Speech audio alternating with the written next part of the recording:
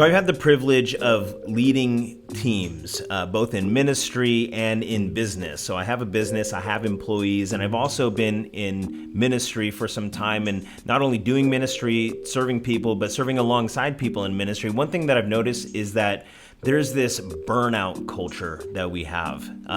People who are always busy, people who are frantically busy. If you ask anybody nowadays, how are you doing? The same response, oh, I'm busy. Everybody's busy. It's almost as if God had created us to work, right? We're supposed to be busy. We're not supposed to be idle and doing nothing. And so we almost say oh, we're busy, like this is like some bad thing. But when you ask most people, oh man, I'm so busy. And it's just our mentality of approaching the things that life has, life and all that God has filled it with, we end up having burnout or stress or anxiety, and it's just our approach to all of these things. And so I started noticing this trend that when there's a busy season, meaning exceptionally busy, that your calendar's full, there's not enough, it doesn't seem like there's enough time in the day to do everything, your responsibilities are ever weighing on your shoulders, and it just feels like this intense anxiety. I just noticed that, especially with my staff in some busy seasons, and there's this culture, this vibe that goes around to where it's just everybody's on edge. And so last month in a staff meeting, I asked my staff, I said, which is more important in controlling your situation and in controlling the outcome of your situation? Which is more important, your thoughts or your words? Now, I asked the question in a thought-provoking way because I wanted to get us to realize that we have a lot more control over our situation, over our outcome, and over our perception of our outcome and our situation, and how we handle that. We have a lot more control than we give ourselves credit for most of the time. We just feel we just feel this way, and there's nothing I can do but feel this. And no, you have a lot more control over the way you feel and over how you handle your situations with your thoughts and your words. And so which is more important in controlling your outcome or your perception of your outcome? Is it your thoughts or your words? As I asked the question, half of my staff said thoughts, half of them said words. It was pretty split down the middle. And I let them hash it out. Why do you think your thoughts are more important? Why do you think your words are more important? They did. They had their arguments. And for me, I don't know which one is more important, because to me, it's like asking which is more important in your car, your gas or your brakes? If you don't have gas, you're not going anywhere. The car is useless because the car's meant to go and you have to press on the gas. But if you don't have brakes, then when you go, you're just going to crash. And so you need both, and you need them each to do their function. Your thoughts and your words are equally important, and both of them dictate not only your situation, your circumstances, but how you handle and receive and approach your situation, your circumstances. And so I brought out these scriptures about thoughts. What does the word say about thoughts? And I only brought out 3. There's a ton of these, but just these 3. Proverbs 14:12. There's a way that seems right to a man, but in the end leads to death. Meaning there's a natural way that I think, and the natural way that I think isn't always right. In fact, it can lead to death. So I have to actually take my thoughts captive and make them obedient to the truth. Right? So there's a way that seems right to me naturally, but in the end just leads to death. 2 Timothy 1:7, God hasn't given me the spirit of fear and timidity. Am I feeling afraid? Am I feeling timid?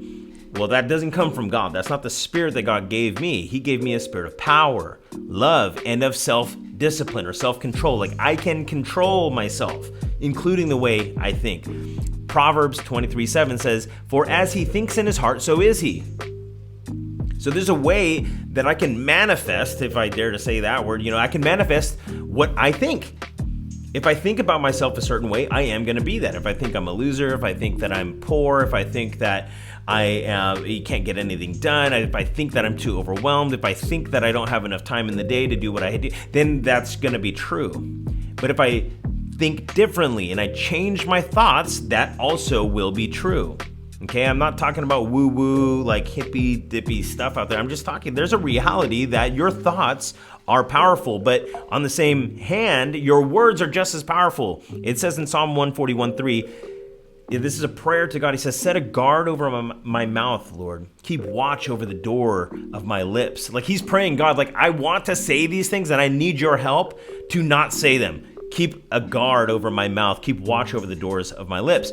Proverbs 13:3. The one who guards his mouth preserves his life, The one who opens wide his lips comes the ruin. If you want to ruin your life, an easy way to do that is just speak out everything that comes to your mind.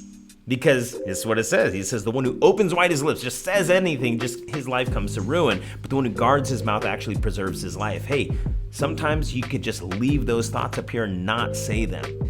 Proverbs 18:21. Why? The tongue has the power of life and death. Those who love it will eat its fruit. So we can have power over our thoughts. We can have power over our words, and having power over your thoughts and your words will actually give you power over your situation, your circumstances, how you're dealing with your situation and your circumstances. Now, as humans, we like to think of ourselves as being logic driven. I know things and that's why I do things. But the reality is that we are emotional beings. So we not just do the things that we know in our head, but we do the things that we feel in our heart. We feel, therefore we do. We're going to be emotional beings. It's just the reality of who we are, how we're wired. We feel things, so we do things. And so your thoughts and your words actually have a power over how you feel.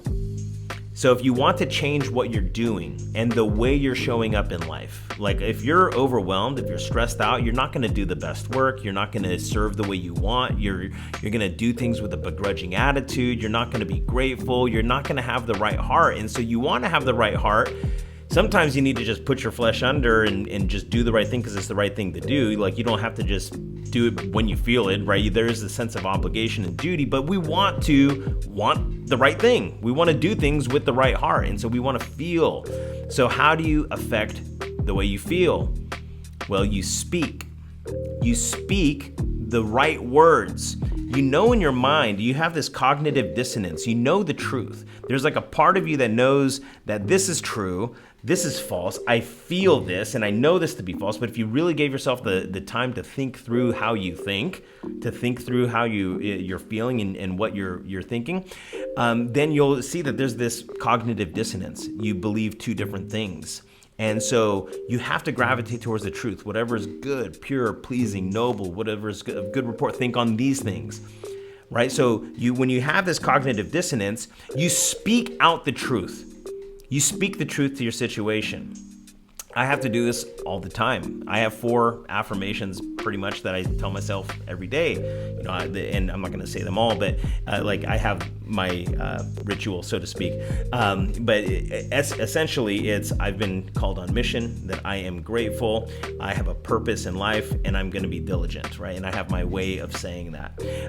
And I need to speak that out. Why? Because I don't always feel that. I know it to be true, but I don't feel it in my heart, so what do? I speak it out. I speak, therefore I think. And once I start to speak it out, I do start to think like, hey, that is true.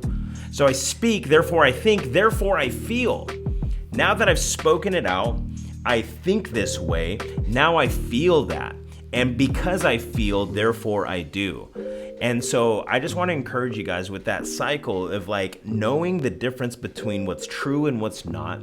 If it's negative, if it's fear-inducing, if it's anxiety-inducing, it's not from God. That's not the spirit that God gave you, right? Speak the truth to it so that you can actually think correctly, take that thought captive. And once you speak and you have your words and your mind working together in obedience to the word of God, then your heart will actually grab hold of it. And once your heart grabs hold of it, you will do the things that you want to do in the way that you want to do them. And you're not going to feel stressed or anxious or burned out. So hopefully that's helpful for you guys.